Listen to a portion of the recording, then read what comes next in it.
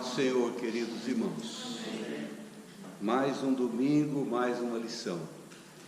Eu penso assim que, por ser 3 lições sobre a igreja de Filadélfia, como foi também de Laodiceia, não é? As pessoas acham que não precisa estudar a segunda ou a terceira parte, a primeira já está bom.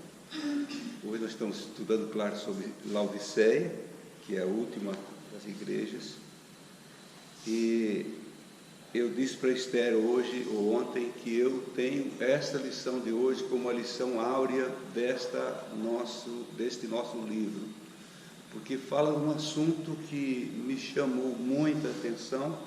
E me parece que todos nós, ou grande parte das pessoas que servem a Jesus hoje, passaram por este momento de experimentar a extrema misericórdia de Deus.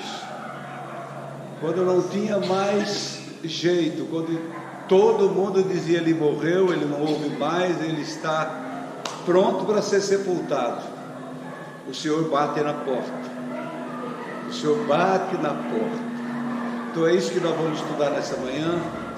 Pediria aos irmãos fechar os olhos mais uma vez, e nós vamos clamar ao Senhor para que Ele fale ao nosso coração, para que Ele nos ajude a enfrentar esses últimos dias da terra que nós estamos vivendo.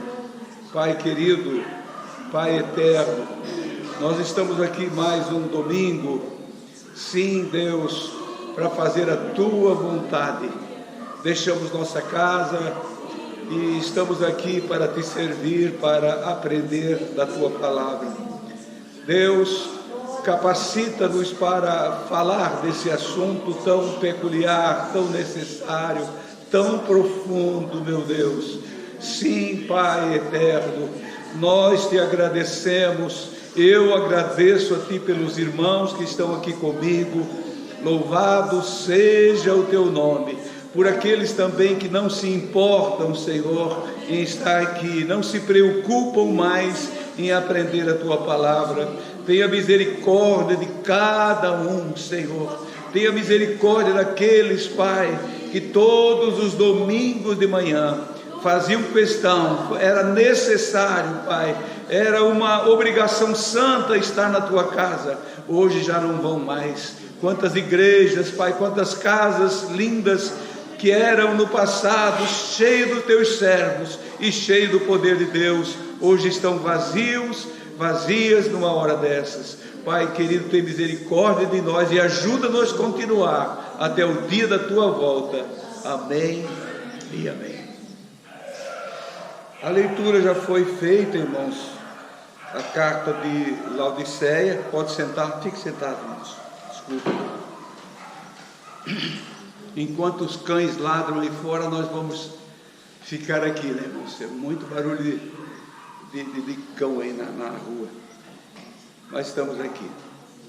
Capítulo 3 do Apocalipse. Igreja de Laodiceia. Nós conhecemos bem a Escritura, mas a revelação que pode nos trazer essa Escritura, que é o problema, não é? Sabemos que muita gente escreve, muita gente estuda sobre o Apocalipse, e sempre alguma coisa, quando nós vamos ler esses livros, estudar, quem fala, quem sabe até aqui na nossa lição, alguém não saia daqui satisfeito, porque realmente é o livro da revelação. São coisas profundas que só o Espírito Santo de Deus poderá realmente revelar para o nosso coração. Então nós temos algumas dificuldades, mas eu creio, irmãos, que nós temos nos esforçado para entender o necessário para que o nosso coração esteja tranquilo e a nossa esperança não seja uma esperança que tínhamos e agora não temos mais porque não entendemos a palavra. Quanta gente que a gente conhece nessa vida, ou conheceu, que tinha tanta esperança, não era, era esperançoso, animava a gente com as palavras deles, animava a igreja. De repente a esperança se vai. Por quê? O Espírito Santo é a esperança. Para mim o Espírito Santo é a maior esperança. Ele faz eu entender cada dia a palavra, o necessário para mim, não é? E eu quero então compartilhar com os irmãos mais essa lição. Estamos já na lição de número 22. Gostaria que os irmãos não perdessem a lição de domingo que vem, que nós estamos indo para o final. E domingo que vem está sendo preparado uma lição muito profunda e com muito carinho. Essa lição vai ser apresentada aqui. E eu gostaria que todos os irmãos, inclusive convidassem outros para vir, porque é uma lição que fala sobre os sinais. Nós estamos falando sobre as igrejas, não é? As cartas e também os sinais que antecedem a volta eminente do Senhor Jesus, que a qualquer momento pode acontecer. Hoje nós vamos para a terceira parte da igreja de Laodiceia. O texto áureo, os irmãos leram, e diz: eis que estou à porta e bato. Se alguém ouvir a minha voz e abrir a porta, entrarei em sua casa e com ele cearei e ele comigo. Apocalipse 3, versículo 20. Não vou comentar muito esse assunto agora, porque está mais lá no final da lição.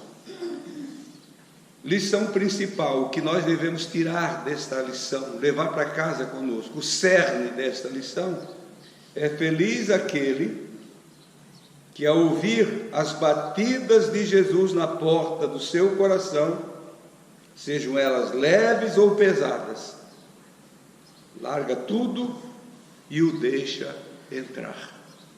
Também nós vamos falar sobre por que as pessoas não estão abrindo. Qual tem sido o estorvo, a dificuldade, aquilo que tem impedido as pessoas a abrir a porta. Nós temos muita gente que ora toda oração, quase nós fizemos, nós falamos aí: Senhor, abre a porta para mim. Senhor, abre a porta. Senhor, abre a porta. Mas nunca falamos: Senhor Jesus, eu preciso abrir a porta para tu entrar. Eu estou ouvindo tu bater na porta. Parece que eu nunca ouvi essa oração. Será que eu já não precisei dizer isso para Jesus? Será que você já não precisou dizer isso para Jesus? Será que você já não precisou? Será que eu já não disse? Eu creio que sim. Eu disse: Senhor, eu vou abrir. Eu vou deixar tu entrar aqui. Eu quero que tu sejas o meu companheiro todo dia. Ficar aqui dentro da minha casa, participando comigo e eu contigo, ceando comigo e eu ceando contigo, tendo uma íntima comunhão contigo. Então é isso, irmãos, que nós vamos estudar nesta manhã, a necessidade de nós termos essa sensibilidade de ouvir o toque de Jesus para abrir a porta do nosso coração. Glória ao nome do Senhor Jesus. Então, como eu disse para os irmãos, eu tenho como esta a lição áurea deste nosso livro, desse semestre, porque fala de um assunto que parece que fez parte de todas as nossas vidas. A introdução diz, tem palavras aqui muito lindas, irmãos, preste atenção muito bem nessa ilustração aqui, que é muito interessante. A introdução da lição de hoje diz: quando o pintor Noel Paton pintou o famoso quadro com a representação de um homem coroado de espinhos batendo a porta, ele foi censurado porque na porta não havia maçaneta. Segundo a explicação do próprio pintor, a porta só poderia ser aberta pelo lado de dentro.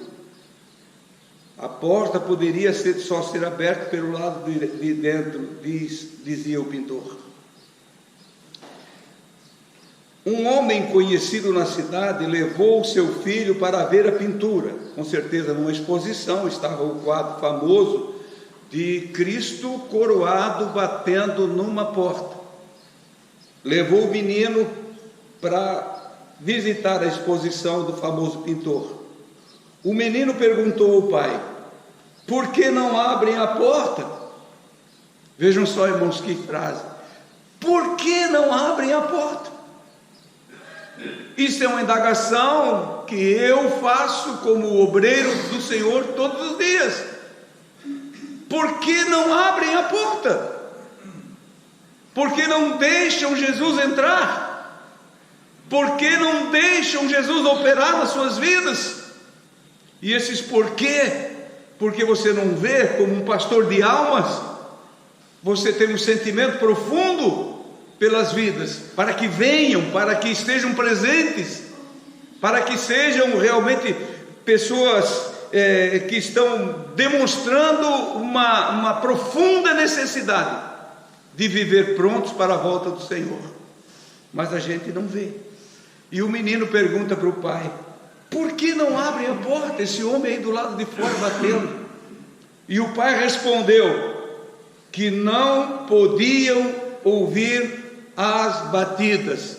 Filho, é porque eles não estão ouvindo as batidas. E aquele pequeno menino considerou a resposta por algum tempo, mas não ficou satisfeito e disse-lhe: não, eles estão ouvindo sim. O menino dizendo para o pai: mas estão tão ocupados no quartinho dos fundos, fazendo alguma coisa, que nem sabem que é Jesus que está batendo a porta. Se eles não estivessem tão ocupados lá, com certeza já teriam vindo abrir a porta para Jesus entrar. Olha só, irmãos, o menino disse para o pai: pai, eu não me conformo com a tua resposta. Se eles não estão ouvindo, eles estão ouvindo sim, mas eles estão tão ocupados com as coisas desta vida, lá nos quartinhos dos fundos.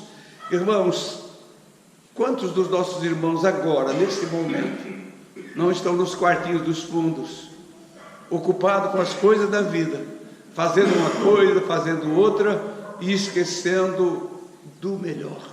Irmão Pedro disse que hoje uma manhã muito fria, nem tão fria, né, irmãos? 18, 19 graus, esse é o clima mais agradável de um país tropical como nós vivemos, 19 graus. Em países que está lá 19 graus abaixo de zero, as pessoas iam para a igreja cedo, as pessoas vão para a igreja cedo.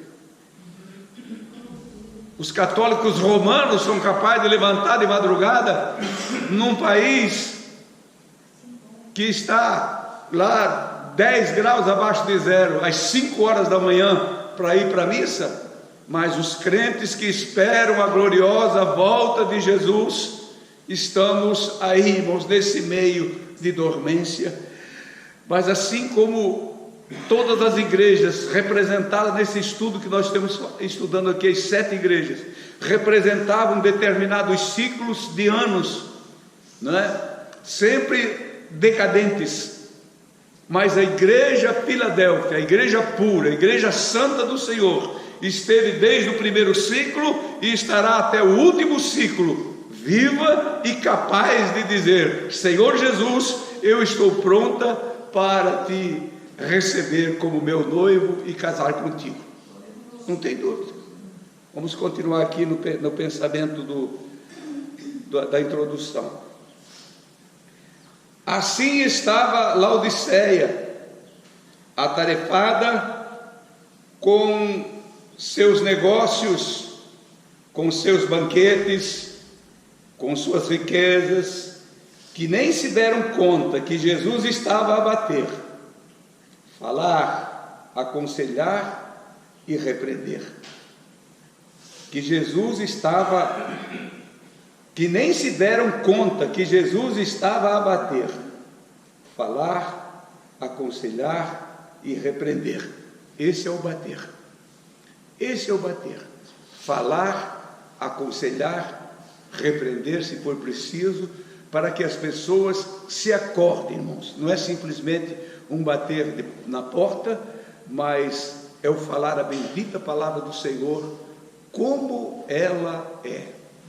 E aqui, eu esqueci o nome do menino que está nos visitando. O Andrei, que é André, né? O Andrei veio aqui sexta-feira e eu apresentei ele. Ele disse, eu fui apresentado, já que eu pensei, será que ele teve outro dia que eu apresentei ele? Não, ele foi apresentado aqui nos meus braços, quando era menino. Hoje ele tem 21 anos.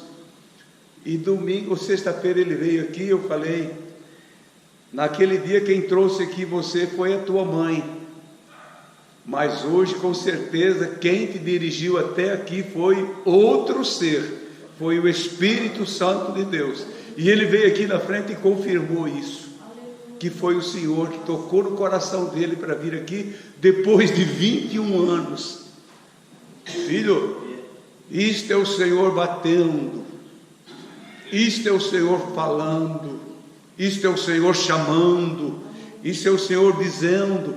Com certeza naquele dia da apresentação desse menino, que hoje é um moço de 21 anos, eu disse, Senhor, cuida dele, faz dele um teu servo, um servo teu, ajuda ele, Senhor, protege essa vida sempre. E aí ele está. Seja muito bem-vindo aqui, Andrei. Vamos prosseguir. Primeira parte da lição, o conselho que de Jesus para Laodiceia. Fica no meu coração ainda uma frase que estava ali na introdução. Por que não abrem a porta? Por que nossos filhos não abrem a porta? Por que minhas irmãs, meus irmãos, que nasceram da mesma madre que eu, não abrem a porta? Nem todos abrem a porta. Nossos amigos, porque hoje homens que outrora foram tão famosos, foram tão cheios da graça, e de repente fecharam a porta, porque essa porta não foi Jesus que fechou, é o próprio homem que fecha, que encerra a comunhão com o Senhor. Não quero mais comunhão contigo, tem uma cortina agora, tem uma divisão entre eu e tu. Que Deus nessa manhã, irmãos, nos acorde para a realidade desta vida. Mesmo depois de teres dado um duro diagnóstico. Qual foi o duro diagnóstico, irmãos? Dizes que estás viva, mas estás morta, não é? Tens nome de que vive. Assim porque, versículo de número 15, conheço as tuas obras, que nem és frio e nem quente. Quem dera fosses frio ou quente. Assim, porque és morno e não és frio e nem quente, vomitar-te-ei da minha boca. Dizes, rico sou, e estou enriquecido e de nada tenho falta. Mas sabes que és um coitado e miserável, pobre, cego e nu. Deu o diagnóstico e a seguir deu também a receita para ele comprar, para ele ir em busca daquilo que precisava para ele, que ainda tinha solução para alguém que era miserável, coitado, pobre, cego, nu. Diz que estás vivo, mas estás morto. Então, irmãos, estou pronto a vomitar-te da minha boca,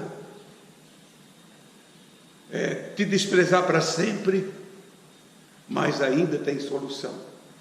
Essa é a misericórdia de Deus, irmãos. Mas a misericórdia de Deus, irmãos, tem um limite também. Aqui não chegou no limite máximo, mas para alguém já chegou. Alguém já chegou, esse alguém não entra mais aqui, esse alguém não vem mais ouvir aqui a palavra. Mas aqueles que ainda entram e querem ouvir, é porque ainda tem uma oportunidade de ouvir. Aqueles que ainda pegam a Bíblia na mão, aqueles que ainda se lembram do seu passado com Cristo, ainda tem solução para eles. Diz aqui a palavra, diz aqui a lição: Jesus não desprezou nem abandonou o pastor ou membros da igreja de Laodiceia por causa da sua condição, da sua condição. Ao contrário, ele estendeu-lhe as mãos, dando-lhes mais uma oportunidade. Aconselho-te que de mim compres ouro provado no fogo, para que tenhas riquezas, e vestes brancas para que te vistas, e não apareça a tua nudez, e que unja os teus olhos com colírio para que vejas. Apocalipse 3, versículo 18. Este foi a receita, deu o diagnóstico da enfermidade, do que ele estava padecendo, e agora eu te dou, se tu queres, eu te dou a solução. Se tu ouvir minha voz. Eu estava pensando ontem, quando eu estava estudando a lição, que os nossos sentidos todos, que Deus fez no corpo humano, como igreja, irmãos, o último que vai morrer é o ouvido. O último que vai morrer é o ouvido. Se tu estiver me ouvindo, dá um sinal. Se tu estiver me ouvindo, vem. Eu estou te chamando. Se hoje ouvires a sua voz, não endureça o vosso coração. Ouvir é uma necessidade. Muitas vezes na igreja, a igreja lotada ou não, a gente vê muitas pessoas, irmãos, que vêm aqui ou vão lá e vão no lugar onde vão para servir a Deus, não estão na igreja. O corpo está ali, mas o ouvido não está. O sentimento não está. Os seus sentidos estão fora dali. O sentimento dele e dela não é pela palavra. Está ali brincando, está ali conversando com alguém, está ali entrando e saindo do templo. Por isso que às vezes, como pastor e já envelhecido pela idade, você fica incomodado, e eu tenho que me conter muitas vezes para não ser rude, para não ser assim, mais até com minhas palavras ofender alguém, porque é difícil você suportar. Você pregando, está ali em cima, pregando, tem ouvintes, tem irmãos visitando, tem tudo ali, e de repente alguém que toma ceia, que vive conosco, perturba o culto. Perturba o culto. O ouvido dele não está aqui, mas quem tem ouvido vai ouvir. Quem tem ouvido, ouça. Se hoje tu ouvir, guarda o que tu ouve. Bendito é o nome do Senhor. Prosseguimos aqui na lição. Alguns podem até pensar que há uma contradição na palavra de Jesus sobre o comprar, né? Porque Jesus sempre disse: vinde e de graça eu dou, enfim. Podem achar que é uma contradição na palavra de Jesus, já que ele também diz que tomemos de graça. Está lá em Apocalipse 22, 17, Isaías 51 e 1, vinde, comprai. 1 Coríntios capítulo 2, versículo 12. Se a Bíblia diz que Deus nos dá tudo gratuitamente, por que Jesus escolheu a Laodiceia para que comprasse? Aconselhou a Laodiceia para que comprasse? E como pagariam esta compra? Lá, irmãos, eles vendiam e compravam de tudo.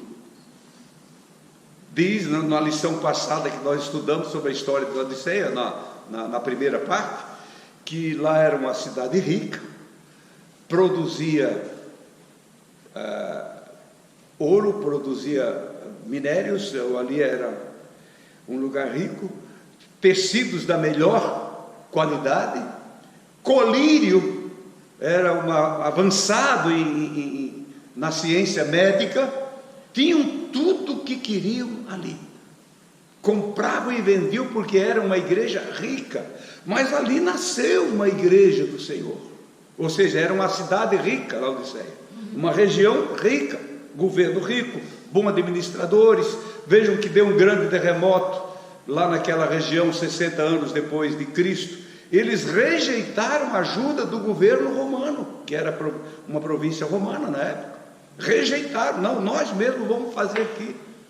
Aquedutos que eles traziam água quente, água fria de longe para ali.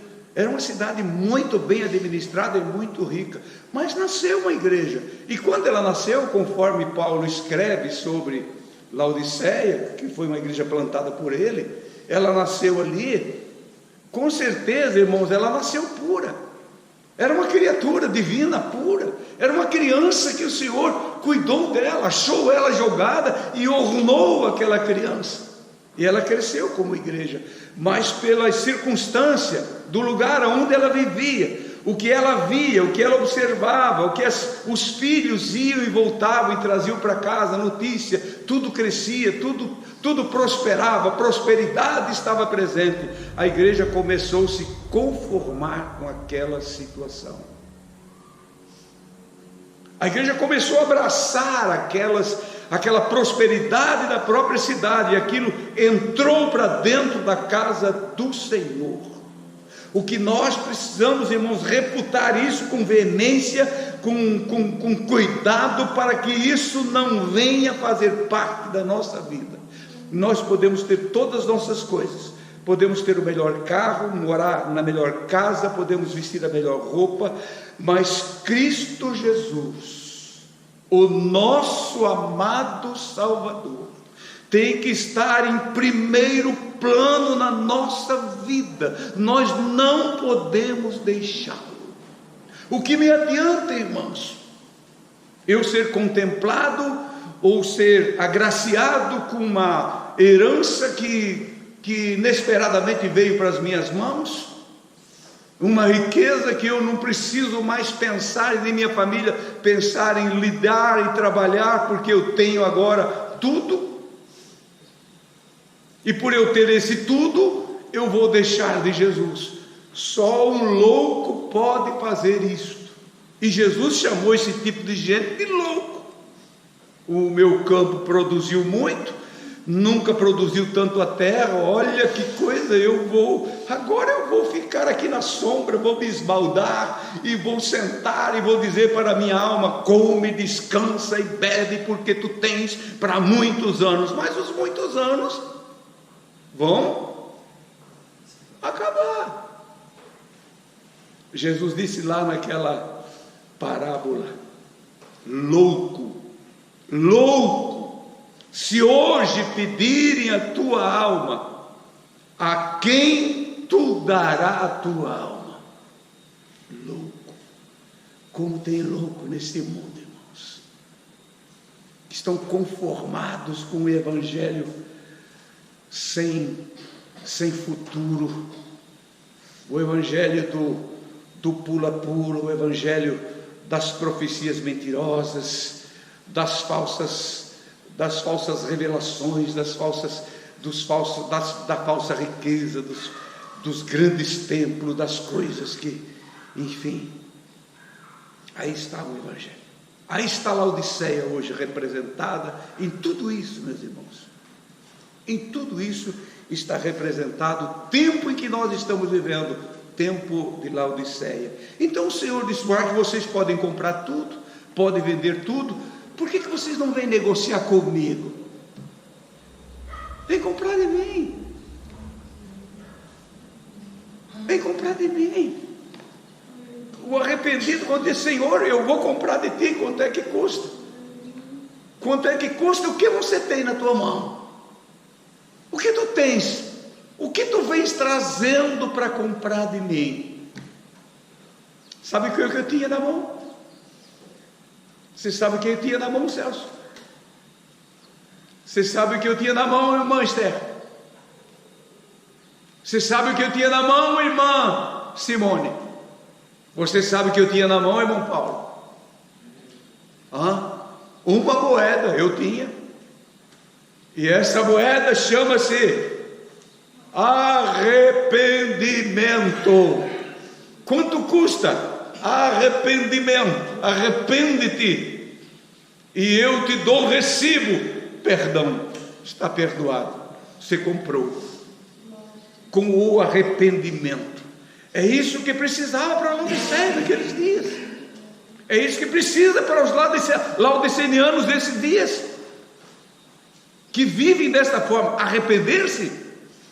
E porque não nós, irmãos, que às vezes pensamos que está tudo bem, está tudo 100%, não. Todos os dias nós precisamos usar este arrependimento para que o Senhor se compadeça de nós e nos mantenha no caminho até o final da nossa carreira. Glória a Jesus. Jesus queria que Laodiceia negociasse com ele, dessa forma que eu falei para os irmãos agora, pois eles precisavam de ouro eles precisavam do ouro que era realmente valioso e precioso, não daquilo que era perecível e sem valor. O ouro que realmente era precioso, eu aconselho que de mim compres ouro, que era preciosidade, salvação durável, que não acaba nunca, e e não daquilo que era perecível e sem valor. Laodiceia materialmente tinha tudo: ouro, riqueza, bancos, vestes nobres, remédio para os olhos, mas Jesus lhe oferecia o espiritual, cujo valor inestimável só era possível pagar mediante uma vida abundante em Cristo Jesus, que em Cristo lhes era oferecida. A moeda que eu falei para os irmãos, o perdão, o arrependimento, que vem o perdão, que traz o perdão para a tua vida. Provado no fogo, ouro sem impureza, representa nossa fé. Vestes brancas, justificada na justiça, a justificação, a justiça dos santos e purificação para as vestes que foram manchadas. Apocalipse 19, 8, Zacarias 3, 1 a 4, Apocalipse 22, 14, falando sobre a necessidade de nós mudar as nossas vestes, trocar os nossos vestidos. Satanás acusa a igreja, irmãos, porque ela está de vestes sujas. Lá o sacerdote Zacarias escreve sobre o sacerdote Josué, que estava ali, era um sacerdote. Ele já estava com a moeda na mão. Se ele tivesse tido algum problema com o Senhor, porque um sacerdote andar com veste suja, com a mitra suja, mitra é aquela cobertura que representa a santidade ao Senhor, não é? Que o sacerdote usava. Ele estava assim sujo, manchado, e alguém dizia: olha ele aí, ó, ele quer subir também, ele quer sentar lá junto com os príncipes, mas está todo sujo. O Senhor deu ordem para alguém: troca as vestes dele. Aí a mitra, troca, põe uma mitra nova sobre ele e manda ele subir e sentar junto com os meus príncipes.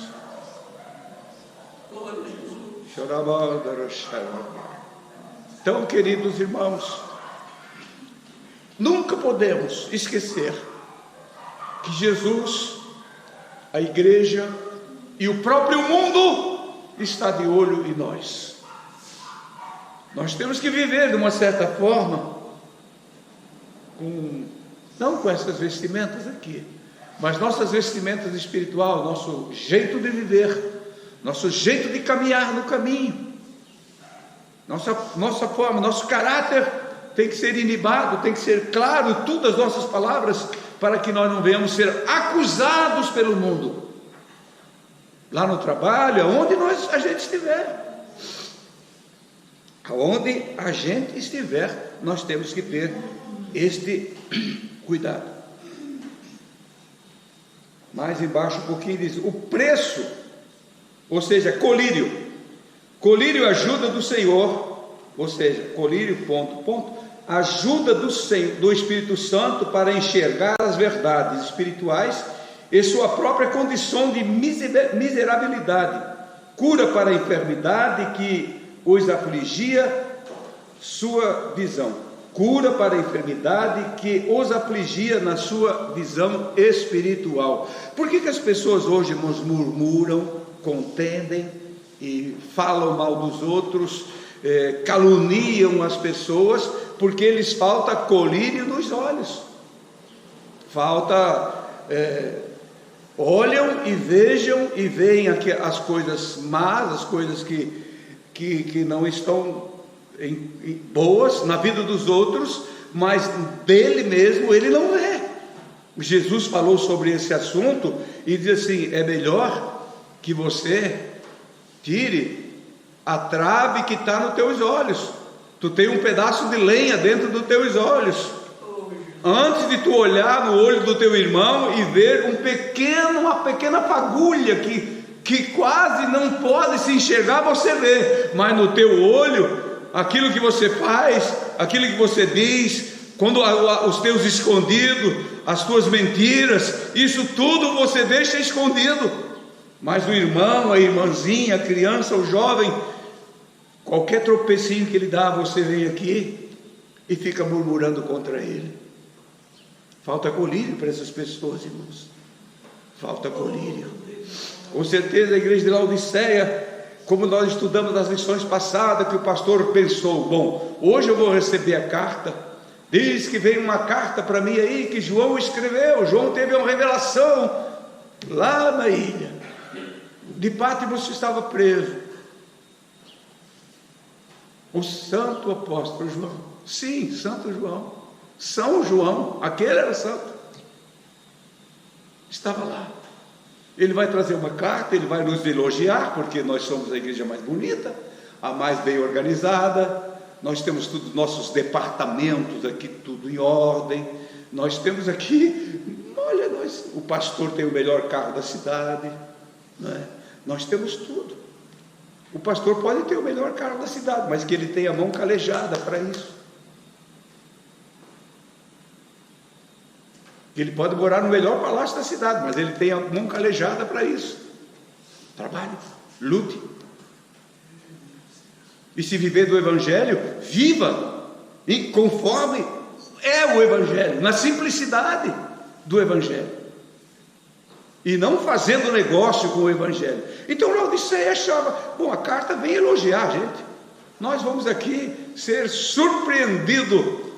Até agora nós fomos surpreendidos pelo governador, pelo presidente, que vem aqui nos elogia, o prefeito vem aqui nos elogia. Aqui não, mas lá, podiam pensar, o Senhor vem aqui, as pessoas nos elogiam pelo nosso, que nos representamos aqui nessa cidade, quem somos, não é? O grande número de eleitores e tantas coisas mais. Mas agora vem Jesus também nos elogiar. O que nós queremos mais? Irmãos, tem gente aí por aí que tem um Jesus estranho, que está elogiando essas coisas abomináveis aos olhos do Senhor. É um Jesus estranho que nós não conhecemos. Jesus não compactua, irmãos, com os elogios e os aplausos desse mundo para a sua igreja. Jesus sempre fugiu de multidões, ou das multidões. Jesus nunca quis ser aplaudido. Quando quiseram aplaudir ele como rei, ele foi para onde? Ele subiu sozinho, deu um jeito e foi para o monte orar. Dali só saiu para apresentar lá no meio do mar, para acudir, para salvar lá os discípulos que estavam a perecer lá numa tempestade. Esse é Jesus que nós conhecemos.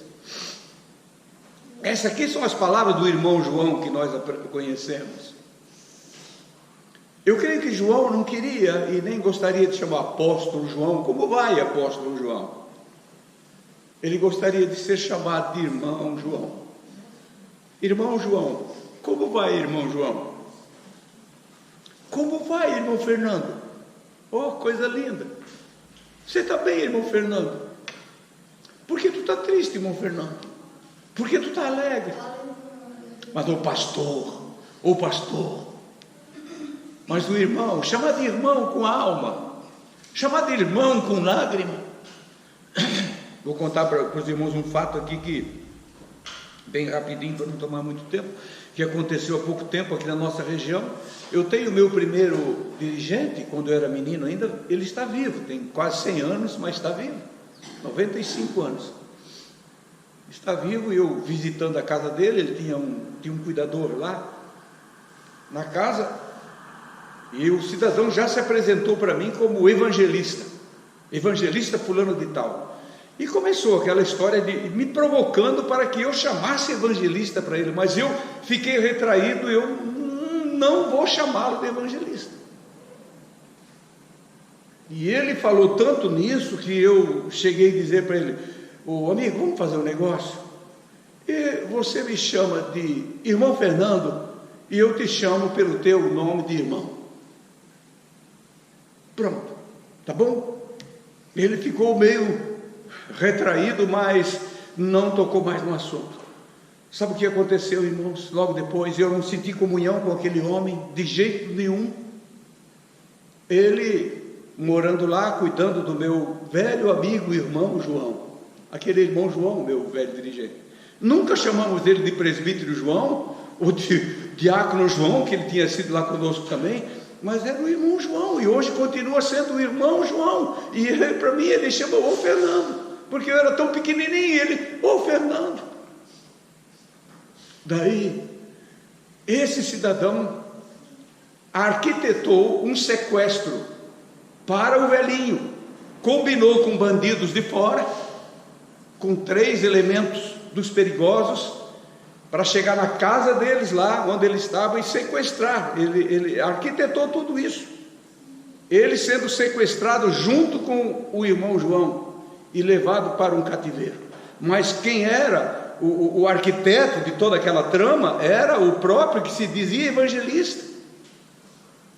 Sequestrou o meu irmão João, ficou 2, 3 dias sequestrado, e prenderam ele aqui na nossa cidade, prenderam todos os sequestradores, exigindo um dinheiro alto da família. A família não tinha o dinheiro, e colocando a família na parede. E esse cidadão, que era o cuidador, ligava dizendo: olha, nós estamos sequestrados, mas ele era o arquiteto, ele era o que planejou tudo. Foram presos, estão presos, e vão pegar alguns anos de cadeia. E sabe o que aconteceu com o irmão João? Nem um arranhão. Ele assim, não fiquei assustado, fiquei um pouco preocupado com a minha família, mas fiquei o tempo todo tranquilo e orando, e o Senhor me deu vitória. Irmão João, o evangelista fez aquilo, mas o irmão João não foi arranhado.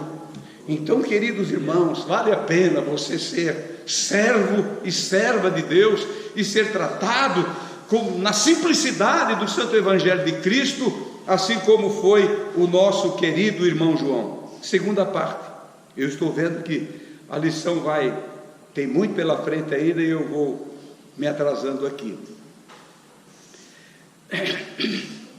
A repreensão do pai que ama seus filhos. O pai sábio, ao corrigir o filho, mostra-lhe primeiramente onde e no que o filho errou. A dor no coração do pai que corrige seu filho é mais forte que a dor do próprio filho pela correção. O amor de Jesus por seus filhos é maior e incomparável em relação ao amor de um pai natural. Jesus repreende e castiga todos quanto ele ama, mas sua correção e disciplina limita-se apenas aos que têm como seus filhos. Hebreus 12, do versículo 5 ao 12, os irmãos vão achar, e na própria carta a Laodiceia, que ele diz: eu repreendo e castigo todos quanto eu odeio. É isso? Eu repreendo e castigo a todos quanto eu amo. Não é? Seguindo aqui, Jesus ainda considerava os membros de Laodiceia como seus filhos. Eles eram muito amados, e justamente por isso machucaram ao Senhor com sua frieza. Machucaram o Senhor com a sua frieza, causando-lhe náuseas. Estou a ponto de vomitar-te da minha boca. Sempre que somos magoados por alguém que amamos profundamente, nos sentimos intimamente machucados. Imaginemos, pois, o sofrimento de Jesus ao repreender Laodiceia. Se ele assim o fez, é porque certamente havia em suas palavras esperança para Laodiceia. Apocalipse 3:19. Eu amo e repreendo todo aquele que... Eu corrijo, como é que diz lá mesmo? Eu repreendo e castigo a todos quanto amo. Eu repreendo e castigo a todos quanto amo. Uma correção. Queridos irmãos, imaginando o sofrimento do Senhor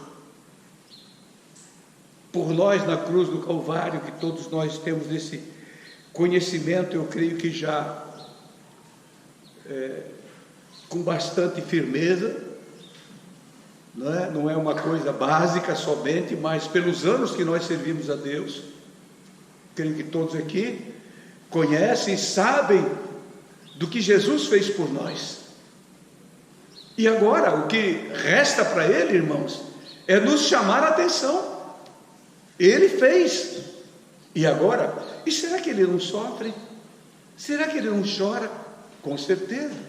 Aqui diz, quando nós amamos alguém, quando nós temos alguém como nosso amigo, como nosso irmão, e você é magoado por ele, você é traído por ele, você se sente, você lamenta, você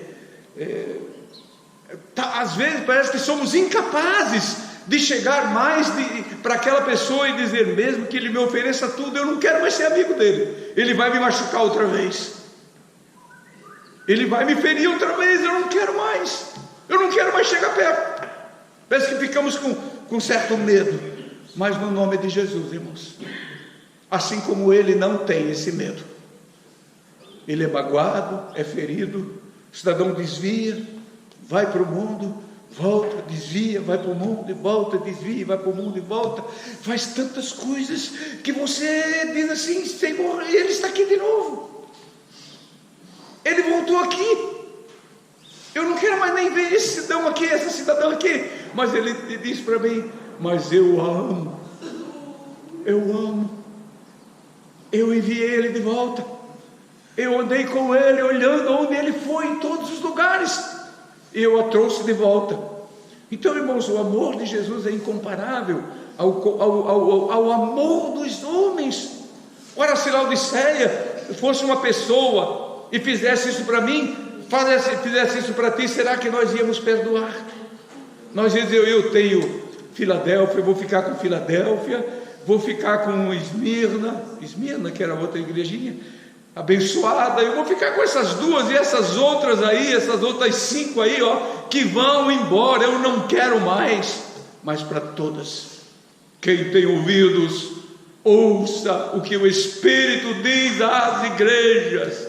Ele nunca a igreja, e o pastor poderia dizer, Senhor, por que lá na igreja de Sardes, que estava a falsa profetisa, Tiatira, a Jezabel, Tiatira, porque eu fico imaginando, Jesus, por que tu não escreveu a carta para ela? Precisou escrever para mim? Ela que é o problema aqui, ele que é o problema aqui, não sou eu. Não, mas foi para o pastor, porque o pastor estava tolerando. Aí, irmãos, você pensa em tolerar, tolerando, você vai deixando hoje, vai deixando amanhã. Não, irmãos, ele é novo convertido, ela é isso, ele é aquilo, vou deixando.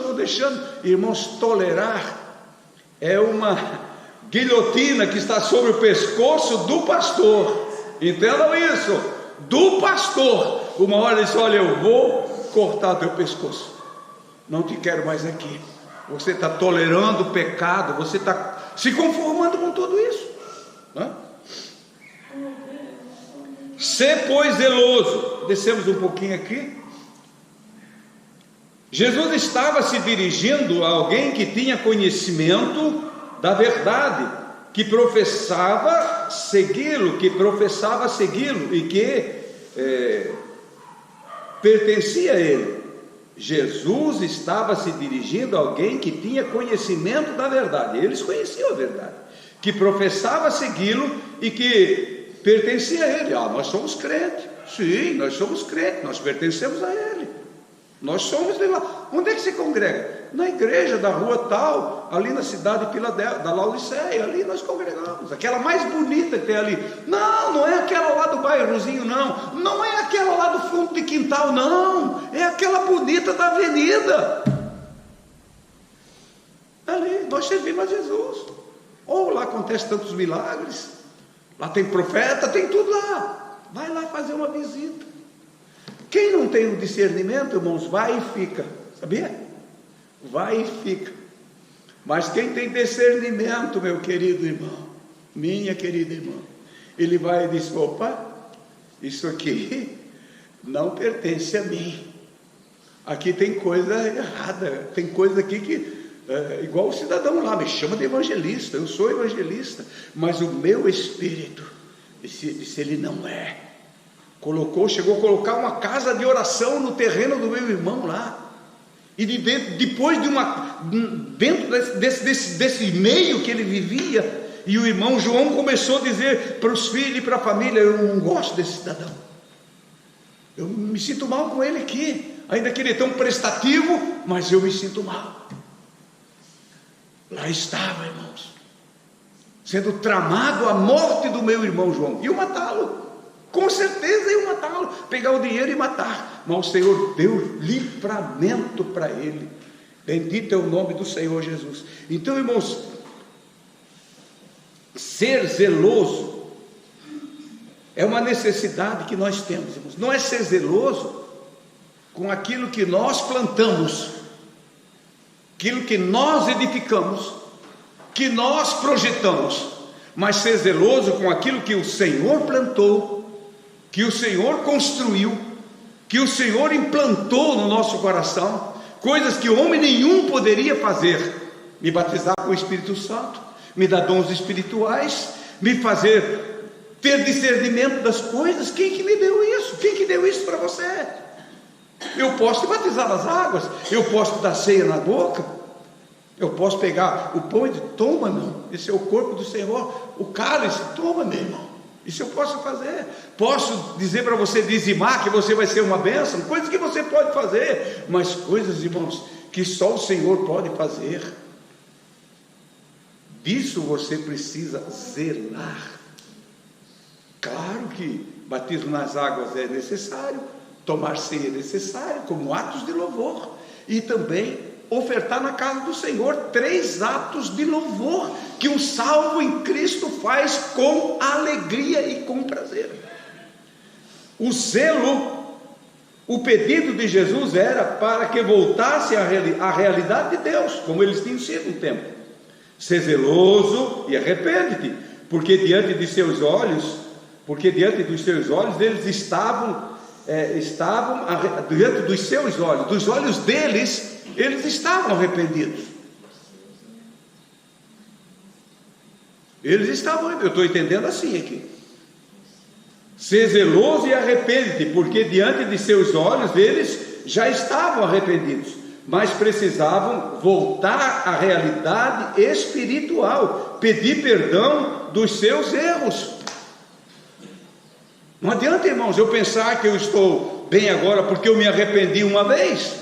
Tem uma doutrina que diz: salvo uma vez, salvo para sempre. Salvo uma vez, salvo para sempre. E não é isso. Nós temos que nos arrepender hoje, e se voltar a pecar, nós temos que nos arrepender de novo. Se voltar a pecar, arrependa-te de novo. Não pensa que um arrependimento lá dos anos passados vai te dar garantia para você seguir até o fim. Não, volta, ser zeloso, arrepende-te, te levanta, sai do lugar onde você está, caminha, troca de roupa.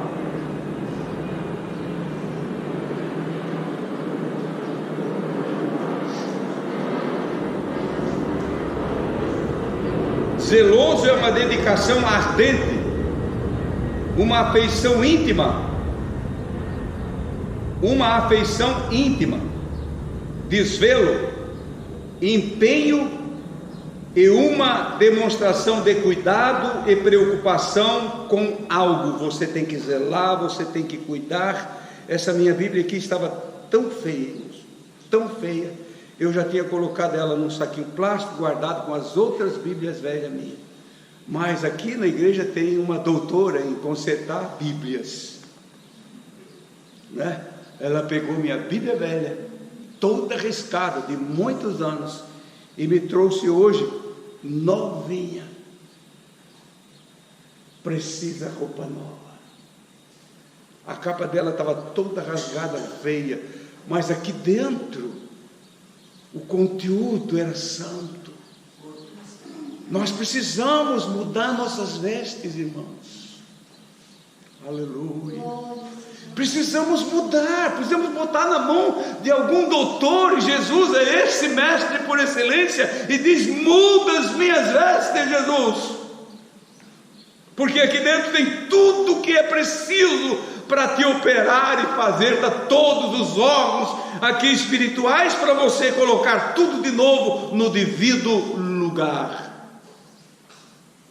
Estou entendendo, irmãos? Estou entendendo, irmãos? Então zelo é isso, irmãos, é cuidar, zelar e amar aquilo que nós temos. No coração do crente deve estar sempre o ardente zelo pelo Senhor e pela sua palavra. Paulo escreveu dizendo assim: estou zeloso de vós com zelo deste mundo, com zelo de Deus. Que zelo é esse? Zelo de Deus, meu Deus, zelo de Deus. Onde é que você vai achar isso? Queridos irmãos, coloque no nosso, vamos deixar que o nosso coração nessa manhã entenda uma coisa: que Jesus realmente nos ama e nos quer manter como igreja neste meio que nós estamos vivendo, escândalos sobre escândalos. Então eles dizem assim: mais um escândalo gospel, mais um escândalo no meio do neopentecostalismo, mais um escândalo nisso. Mas quem sofre, irmãos, não é o meio gospel, não é o meio neopentecostal, não é o grande vulto do movimento evangélico. Quem sofre as pedradas e a lama vem parar no rosto da santa igreja de Cristo, da menina amada pelo Senhor que caminha, mas o Senhor todos os dias, todas as manhãs, todas as tardes e noites desta vida, Ele está conosco, aleluia, para nos orientar e nos dar a direção certa, e nós não perder o zelo pela sua bendita e santa palavra. Esta é a verdade. Nós sabemos andar sozinhos, irmãos, quando esses grandes movimentos não conseguem andar sozinhos. Nós sabemos andar sozinhos. Eu vou falando sozinhos, independente e não depender desse mundo, mas dependendo exclusivamente do glorioso Espírito Santo, que é o nosso ajudador.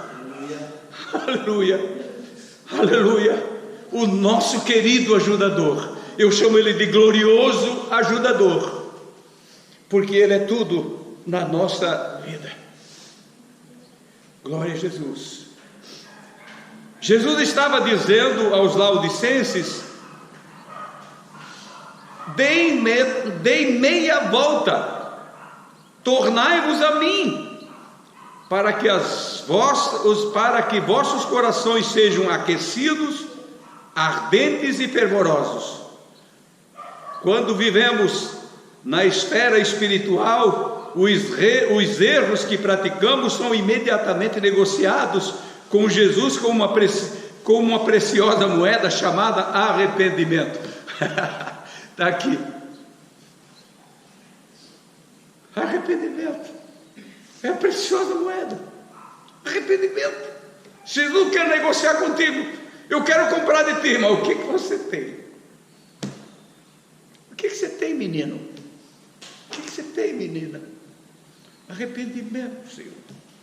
Irmãos, por mais rude que eu seja, por mais coração duro que um homem pode ser, mas se alguém chega e diz: irmão Fernando, me perdoa, será que eu vou dizer não te perdoo? Você já teve coragem de dizer isso para alguém que chegou realmente diante de ti? Me perdoa. É a maior alegria que pode causar o coração de um servo de Deus, irmãos, quando você vê alguém arrependido e chega ao ponto de chegar para você e dizer: irmão Fernando, me perdoa.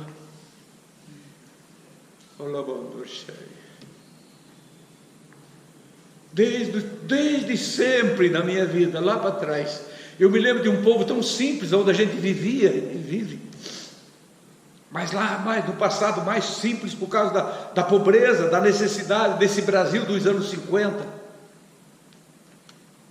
quando o povo na igreja, alguém fazia alguma coisa e era avisado lá: olha, tem um irmão que quer pedir perdão. Pedir perdão para quem? Para o dirigente? Não, para a igreja. E ele se chegava, ou ela se chegava na frente: irmãos, eu quero pedir perdão para a igreja. E às vezes era uma coisa que significava algo até vultoso ou maior, mas tinha coisas tão pequenas, irmãos, que alguém podia dizer: mas isso aí fez diferença para ele? Para ele fez, porque a roupa dele estava tão limpa, que de repente ele viu um salpicado ali na manga da camisa, das vestes dele, e disse: oh, eu estou sujo, eu preciso pedir perdão. Eis que estou à porta e bato. Se alguém ouvir a minha voz e abrir a porta, eu entrarei e na sua casa cearei com ele e ele comigo. Eu estou batendo na porta. Por isso o quadro lá do menino me chamou muita atenção ali no início da lição, na introdução. Vamos seguindo, irmãos, para nós encerrar na hora certa.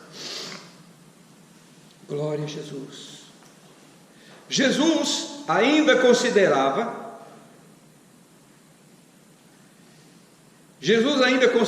um pouquinho abaixo aqui de Hebreus.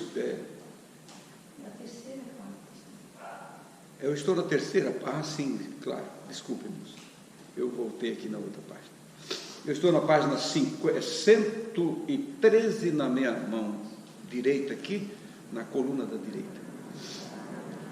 Quem é zeloso não pode viver com os erros que todos os dias estão sujeitos a praticar. Este zelo, calor ardente, que está no crente fiel, é o remédio que faz com que o mal seja retirado de nós. Amém. Esses aviões atrapalham um pouco a gente, de vez em quando passa um. Então, quem é zeloso não pode viver com os erros que todos os dias estão sujeitos a praticar. Este zelo, que é um calor ardente, que está no crente fiel, é o remédio que faz com que o mal seja retirado de nós. Quer dizer, que é um cuidado extremo da nossa vida. Olhar, ver se nós não praticamos. Aonde é que nós temos um santuário para entrar? Aos pés do Senhor. Mas aonde que eu vou? Em qualquer lugar, irmão. Dirigindo carro, dirigindo moto, trabalhando aqui, aonde você trabalha, eu, em casa, aqui na igreja, em qualquer lugar, nós temos um lugar de colocar as nossas vidas na presença do Senhor, no altar de Deus. O zelo está me incomodando. O zelo está me incomodando, Senhor. Eu preciso estar ardendo aqui dentro de mim. Eu preciso que tu fale comigo, perdoe-me. Lave-me no teu sangue. Terceira parte. Eis que estou à porta e bato. Essa é a parte mais interessante. Vamos passar rapidamente, porque os irmãos já entendem muito bem desse assunto. Com sua autossuficiência, e mundanismo, a igreja de Laodiceia fechara as portas para Jesus. A autossuficiência, irmãos, é um problema. Eu não preciso, eu tenho. Eu fico admirado de pessoas que vêm para o culto, irmãos, e quando se prega a palavra, chegam a sair para a rua. Ou culto de ensino, dia de semana, por que eu vou lá? Eu sei tudo. Para que ir na escola bíblica? Sei tudo. Deixa esses outros, deixa o pastor lá, deixa esses coitados lá com ele, porque eu já sei tudo. Autossuficiência é o maior perigo, irmãos. E muitos, até obreiros, pastores e tantos outros, que vivem até, não estou condenando a igreja dos outros não, no nosso próprio ministério, pessoas que não se importam com a escola bíblica. Não, perder um domingo de manhã, eu vou dormir, eu vou ficar na vigília até 5 horas, depois eu vou dormir. O que você fez na vigília? Eu cantei, e falamos, conversamos, tomamos café de madrugada. E na escola bíblica você não vem? Na escola bíblica você não vai? Por quê? Que adianta, irmãos? Nós não temos a palavra, a sabedoria da palavra. Vigília é bom, campanha com Deus é bom, tudo é bom. Mas a palavra é melhor do que tudo. Ela é a coluna da verdade, que nos sustenta na verdade. Então vamos aí, seguindo aqui. Ele ficara do lado de fora, mas estava ali batendo, querendo entrar e fazendo o apelo para cear com aquele que se arrependesse. O bater de Jesus na vida do crente se verifica de muitas formas: na oração, no testemunho, na mensagem do pregador, no estudo bíblico, na leitura da palavra, e na meditação, e na alegria e na vitória. Jesus vai batendo. Mesmo que você abriu a porta e sabe que Ele está no teu coração, Ele continua batendo. Eu quero te dar mais. Eu quero te fazer mais. Eu quero te oferecer mais. O bater de Cristo na vida do crente se verifica de muitas formas: na oração, no testemunho, na mensagem do pregador, no estudo bíblico, na leitura da palavra, e na meditação, e na alegria e na vitória. Alguém vem aqui: fui tocado nessa noite. Uma irmã ainda na sexta-feira me falou ali fora: pastor, se o senhor soubesse o que Jesus fez por mim aqui, o que Ele fez por mim nesses dias que eu estou vindo aqui, uma nova convertida, o que Ele fez por mim, eu tenho que sentar e conversar com o Senhor, para o Senhor saber quem eu era. Eu não sei quem é, ela está aí, e assim Deus vai falando, irmãos. Deus vai dizer, fui lá e ouvi a mensagem, eu orei, eu ouvi alguém orar, eu ouvi alguém ler a Bíblia, um dia eu estava viajando, dirigindo um caminhão, e eu até lembro a cidade de Londrina, fazendo uma curva assim, tinha um casal de velhinho, ela com uma agulha, costurando, e ele com a Bíblia na mão aberta, em cima das pernas. Era um dia frio, e no sol os dois estavam. Eu passei, dei uma paradinha com o caminhão, numa esquina assim, estava livre, eu parei, abri o vidro e disse: tu és um bem-aventurado. Eu estou louco. Que isso? Fechei o vidro e vim embora. O que é isso? Isso nunca esqueci, irmãos. Porque eu vejo aquele velhinho e aquela velhinha sempre diante de mim, que um dia eu vou ver eles na glória. Sabe quem era eu, irmão? Fui aquele que gritei para ti lá em Londrina naquele dia, lá em 1980, por lá, 85, 86, 87. Oh, tu és um bem-aventurado.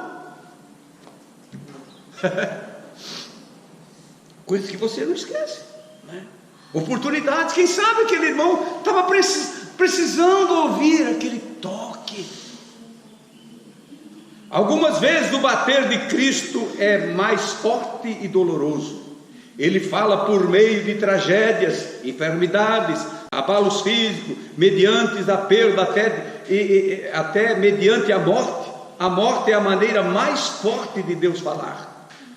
Antigamente, diz em Hebreus, o Senhor falava de muitas maneiras, de muitas formas, mas hoje Ele fala com nós, através do Seu Filho Jesus Cristo. Qualquer que seja a maneira de Deus falar, quer seja na sua voz suave, meiga ou como um trovão, o mais importante é dar ouvido à voz e abrir as portas do coração. Abrir. Quanta gente, irmãos, quando vejo assim, aqui não dá terremoto, mas essas enchentes enormes, esses acontecimentos que acontecem por aí, eu fico imaginando assim, a igreja vai encher, agora eles vêm tudo. Deu enchente que não ficou nada aqui em Itajaí sem ser tocado. Aqui na região nós estamos aqui não vem água, mas todo mundo quase de Itajaí teve que fugir de casa. Se eles vão ficar mais crentes, sim vão. Não, puro engano, irmãos, puro engano. Está tão difícil de Jesus falar agora, irmãos. Eu acho que se Jesus não bater mesmo na porta, e Jesus nunca vai arrebentar a porta de ninguém, Ele só vai bater. Abre, se tu abrir eu entro, se tu abrir eu entro. Por isso que lá no quadro que o menino foi olhar, lá não tinha maçaneta do lado de fora, tinha maçaneta, estava lá do lado de dentro. Alguém censurou o escritor, o pintor, dizendo: como é que você vai pintar um quadro incompleto, não tem maçaneta? Disse: não, essa porta não tem maçaneta por fora. Ele conhecia a Bíblia para pintar o quadro. A maçaneta está para o lado de dentro da porta. Aí está. E nós não estamos falando, irmãos, em portas automáticas de aeroporto, de grandes lojas, que você chega e ela abre na tua frente. Abre na tua frente. Parece que a porta desses crentes modernos hoje é dessa de abriu. Cheguei, abriu. Abriu. Não. A porta, irmãos, é igual àquela passada. A porta da salvação não muda. Ela é a mesma, ela é Jesus. Ele disse: eu sou a porta. Glória ao nome do Senhor Jesus. Algumas vezes o bater de Jesus, vamos mais em frente, lamentavelmente muitos têm fechado os ouvidos e as portas para Deus,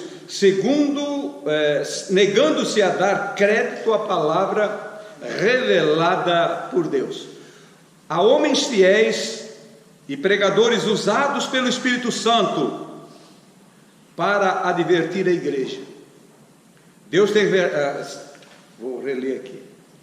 Lamentavelmente, muitos têm fechado os ouvidos e as portas para Deus, negando-se a dar ouvidos a palavras reveladas por Deus a homens fiéis e pregadores usados pelo Espírito Santo para advertir a igreja. Há oportunidades perdidas, as quais muitos talvez não terão novamente. A promessa de Cristo não se cumprirá para esses. Irmãos, oportunidades perdidas é uma calamidade, verdadeira calamidade. Quantos que eu já vi? Quantos que eu já vi? Já preguei para eles. Você também já pregou, mas não deram crédito e a oportunidade foi perdida. Tiveram o tempo mais precioso à disposição deles, mas a oportunidade foi perdida.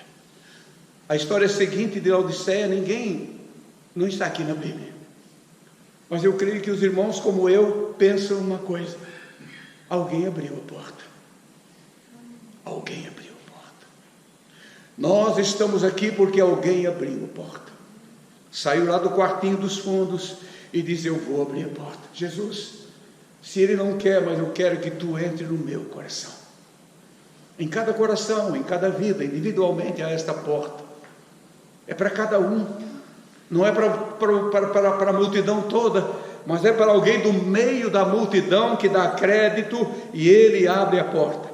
A promessa para a igreja, uma das mais lindas expressões bíblicas, é a última parte aqui, é a promessa de Jesus àqueles que se arrependem. Apocalipse 3, 20 e 21.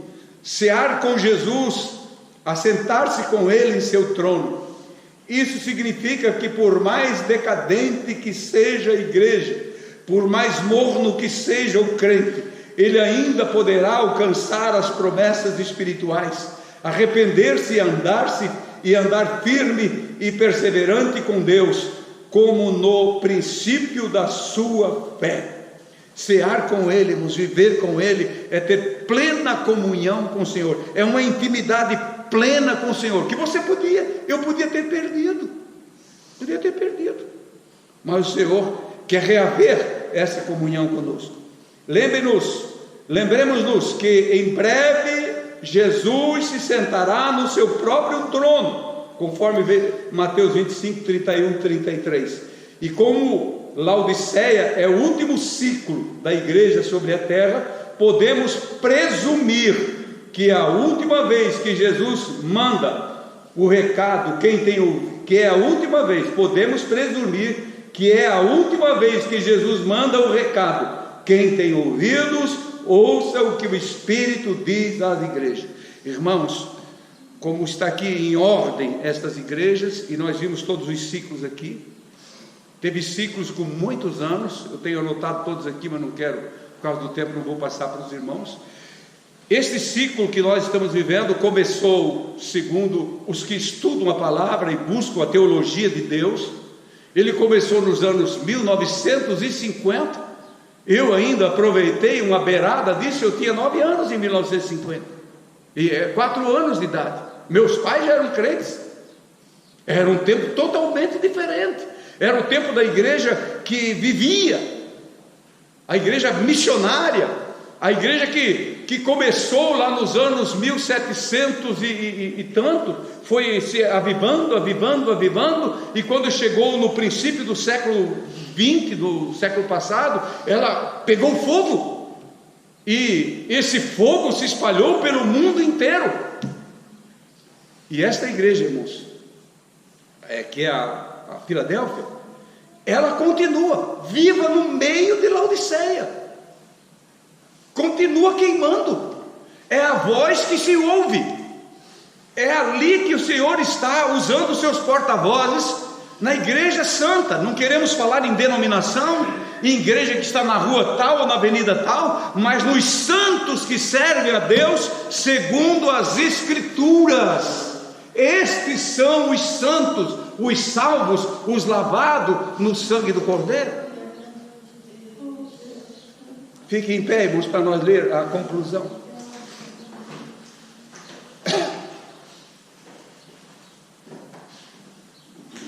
A carta a Laodiceia foi a última carta escrita, uma igreja específica. Esta carta também direcionada a este tempo, o tempo da igreja popular.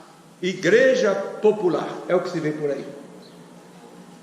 Conciliadora, que abraça a todas as culturas e que deixa o povo à vontade para que se sinta acolhido. O tempo da igreja, mais ou menos. Como é que está? Mais ou menos. Como é que vai? Mais ou menos.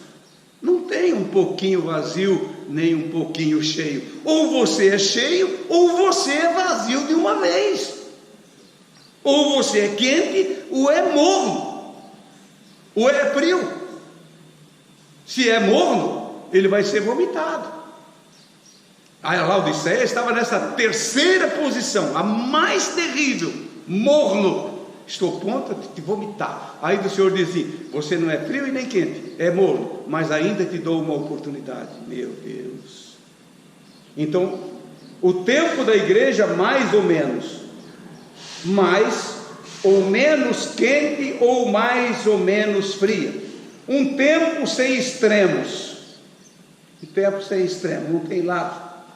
O tempo da igreja que se acha justificada pelas obras, pela prosperidade, boas ações e prosperidades, não oferece indulgência a ninguém.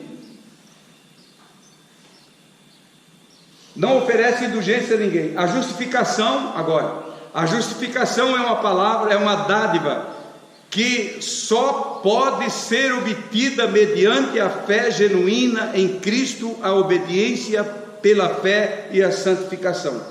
Dessa forma a igreja pode viver, sendo justificada, santificada e lavada, santificada e justificada. Reler aqui: a justificação é uma dádiva que só pode ser obtida mediante a fé genuína em Cristo, obedecendo a palavra e santificação. A única forma de nós ver o Senhor é através da santificação.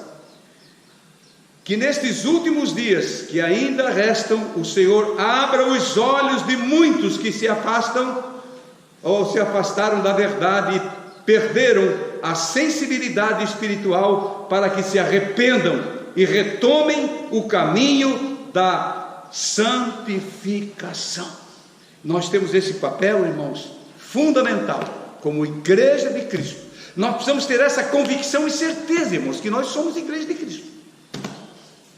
Agora, para ter isso, nós não podemos estar compactuando com as coisas desse mundo, com essa igreja do fica à vontade, faz o que tu quer, não tem lado, não tem nada, não tem, anda como tu quer, faz o que tu quer, invista em quem você quiser, chama quem você quiser, casa com quem você quiser, descasa quantas vezes você quiser descasar, enfim, está aí aberto. Mas nós somos a Filadélfia de Deus. Põe isso no teu coração. Que Deus abençoe a todos, em nome de Jesus.